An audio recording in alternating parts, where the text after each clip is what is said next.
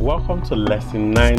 So in lesson 9 we're going to be looking at activity codes in Primavera P6. Activity code is actually a very useful function, especially within the Primavera P6 module, because if not for anything, activity codes helps us to filter our activities as well as group and then also sort our activities depending on any value at all that we want to use. Let me give you a little bit of illustration so that you'll be able to appreciate this.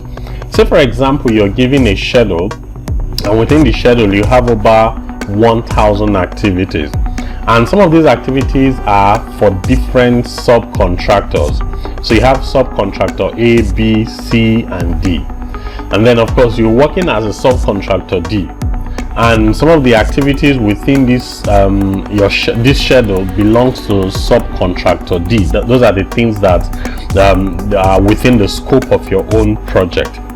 So how would you be able to basically group or filter or sort or extract those set of activities that are peculiar to your own organization? And that's one key thing that activity codes helps us to do. I could still remember vividly when I interviewed for my first Primavera P6 job. So when I got to the firm, what they simply did was they gave me this humongous schedule that had lots of activities, close to 10,000 activities. And then they now told me that I should take a look at the schedule and look at the various phases and extract, the activities that is meant for the company, the consulting company. It's a construction consulting company that was interviewing for that. I should extract those set of activities and then of course use Primavera P6 to schedule our own activities. So what I simply did was I simply created activity codes, and then of course from the activity code part I was able to extract those set of activities, and in less than 5 minutes I was done. And the interviewers were like, oh really?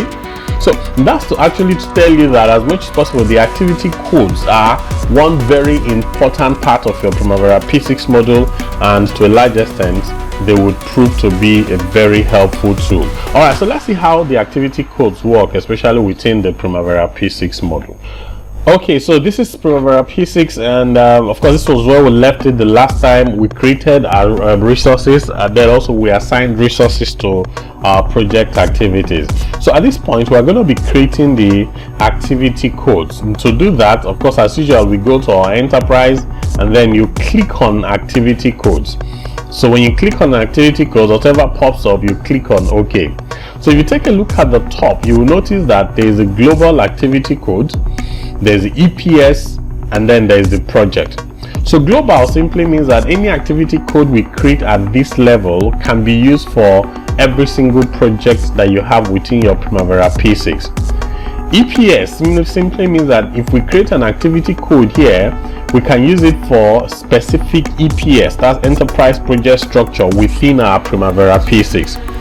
If you paid attention earlier on when we were talking about the enterprise project structure in the previous lessons, I told you that the enterprise project structure basically helps us to group set of related activities. So that's one key thing that the EPS helps us to do. So the activity codes, creating activity codes under this EPS also would help us to achieve the same objective. And then we can also create our activity codes under the project part. So in essence, if we check project and then we create activity code here, it simply means that the activity code we're going to be creating will be with respect to the currently open project in our Primavera P6. So we're going to be creating the project activity codes for MFE, Manufacturing Facility Expansion Project, and that's exactly what we're going to be doing at this moment. So simply click on modify and then click on the add button. So where you have the new activity code, simply type in subcontractors.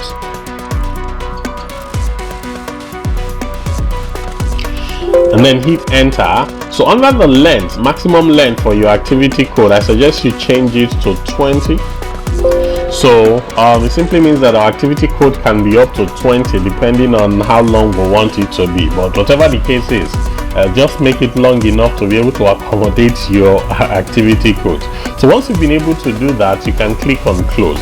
However, before you click on close, notice that if we create activity codes on that project, we can actually make it a global activity code, or we make it an EPS activity code. It simply means that we can move this to the global portion, or we move this to the EPS portion, depending on exactly your preference and how you want to handle it. So once we have been able to do this, we simply click on close.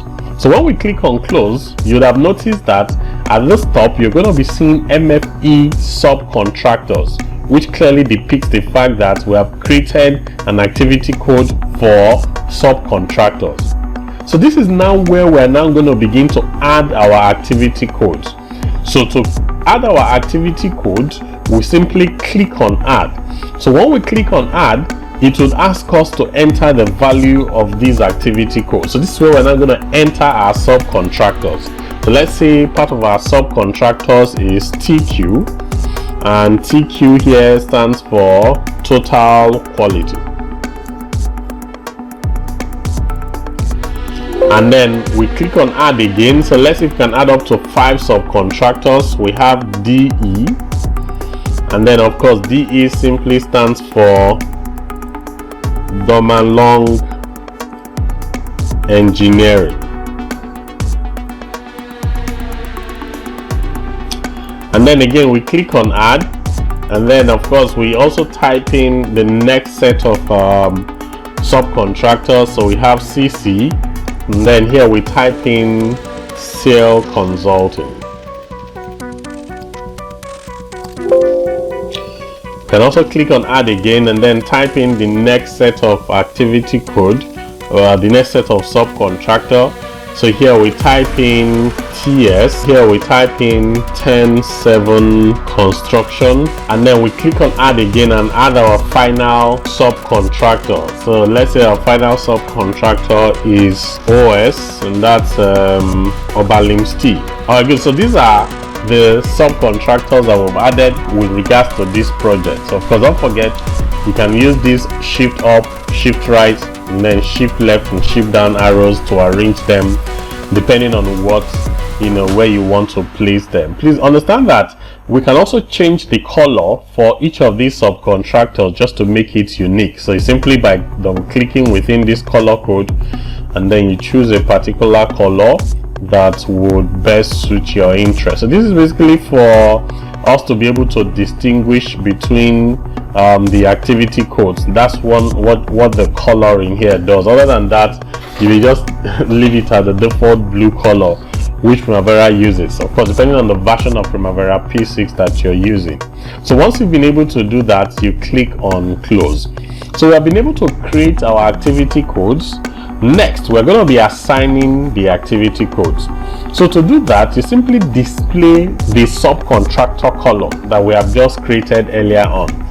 Then you also ensure that you are within the codes portion in your detail view. So first of all, click on codes in the detail view and make sure you're on the codes portion, and then come to your table, right click, and then click on columns, and then you go to available options and click on find. Of course, you should know how to add a table, a column by now, because we've done this repeatedly in the previous videos and the previous lessons.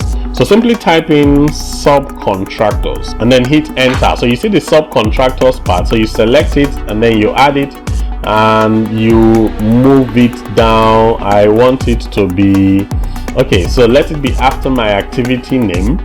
All right, so once you're done that, you click on apply and then click on OK. So if you take a look at my table now, you can see I have subcontractors here as part of the columns. So it's now time for us to begin to assign the subcontractors. There are two major ways we can do this. I can simply double click within this cell for an activity under subcontractors, and then I'll see the select subcontractors part. I can also choose to go directly to the codes portion in my detail view, and then I click on assign. So once I do that, you notice that the assign activity codes window pops up. Of course, usually I prefer this because it takes me directly to assign activity codes. So I will explain the difference between this and the other one. So once I've done this, notice that the activity codes I created was under the project part, so I simply check project. So when I check project, you notice that the activity codes for the project, they get displayed. All the activity codes for the project, all of them here are fully displayed here. Okay, so if I'm using the double clicking from the cell under the subcontractors column, I double click and it pops up. So you notice I see select subcontractors. It wasn't assign activity codes like we saw when we used the button below. So all I simply need to do is under this display portion, I click on the drop down and then I go to filter by, I select all values. So once I select all values, you notice that also at the same time I have my activity codes displayed here for the various subcontractors that I have, and then I can now assign this to any activity at all that I want to. So either using option 1 or option 2, whichever works for you is fine, but I prefer to use this so I can straight up assign activity codes. Of course, don't forget we're doing this from the project MFE project activity code. So let's say, for example, all our design functions will be carried out by total quality. So we select the very first one, which is initiate building, and then which is a milestone, and we assign total quality to it. So you can see TQ is a subcontractor that is displayed here, and then also under the code you see subcontractor TQ, which is your total quality.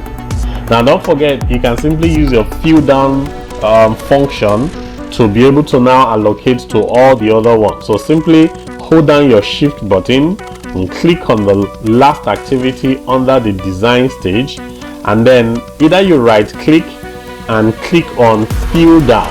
So when you right click and click on fill down, you can see the shortcut key is Ctrl E, which is what we've been using earlier on. So when you click on fill down, notice that it fills down these set of subcontractors for this very activity that we have under this work package. So in terms of procurement, so let's say procurement is going to be handled by sale consulting. So again, we assign sale consulting. I select all the activities under this very table for procurement, and then I do my Ctrl E, or I right click and click on fill down. And then I now come to foundation. Foundation is now going to be the function of, let's say, our engineering firm, which is Long Engineering.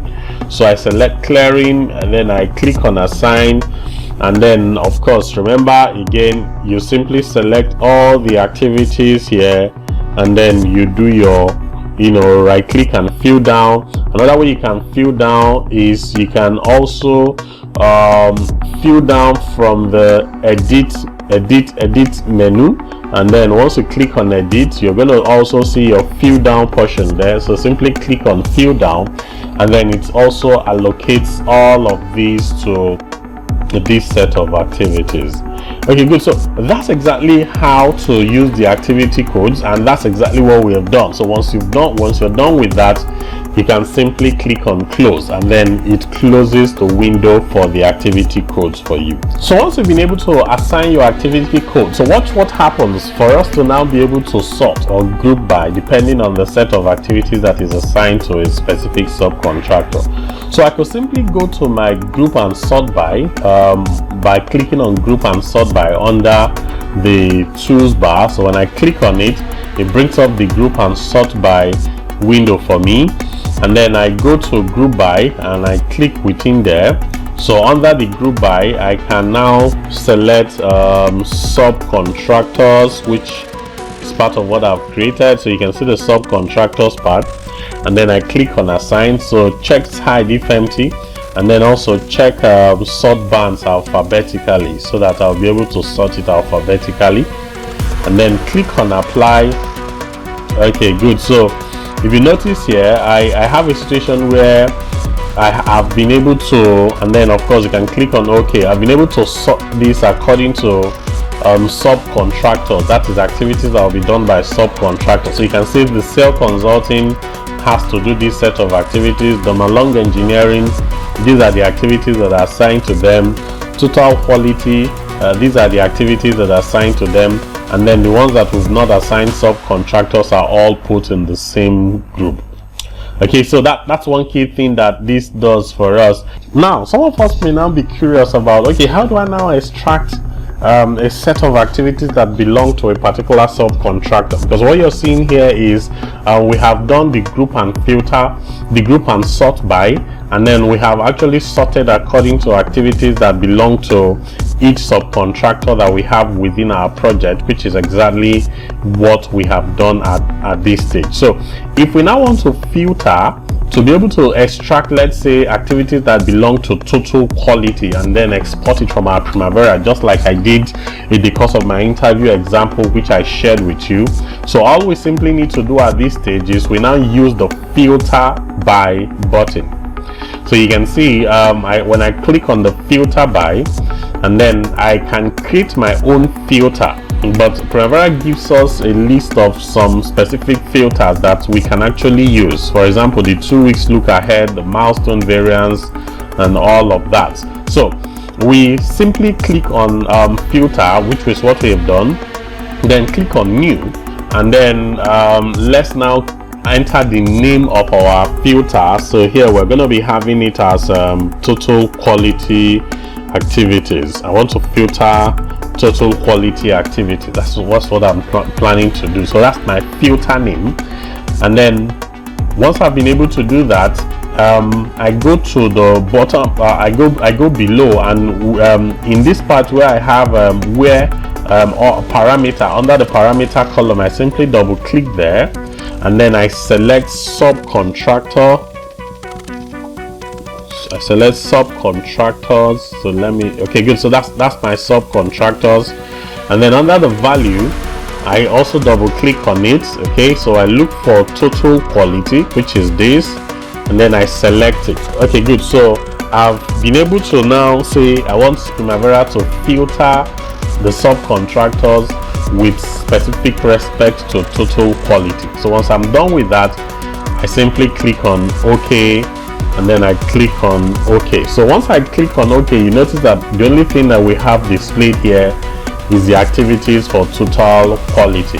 And if I simply want to export the activities for total quality, I click on File, and then I click on Export, and then of course I can export it to either a spreadsheet, a Microsoft project, Primavera P6, or any other format that I choose to. Of course, all of these we're going to see them in subsequent lessons. So that's exactly how to create your activity codes, assign your activity codes, and then also use it in your reporting, group and sorting, as well as filter.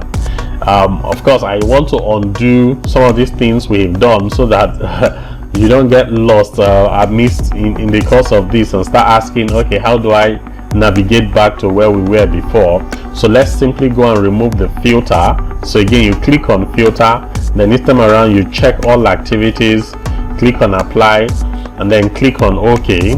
Then go back again to group and sort by, select the group by, and then of course remember initially our activities was grouped by our WBS, so simply select WBS level 1, then click on apply, and then click on OK. Good. So this was exactly where we started from. So just in case you are not able to navigate back to this particular window. All right, I hope this particular lesson has been very informative for you. I want to thank you for listening and see you in the next lesson. Thank you.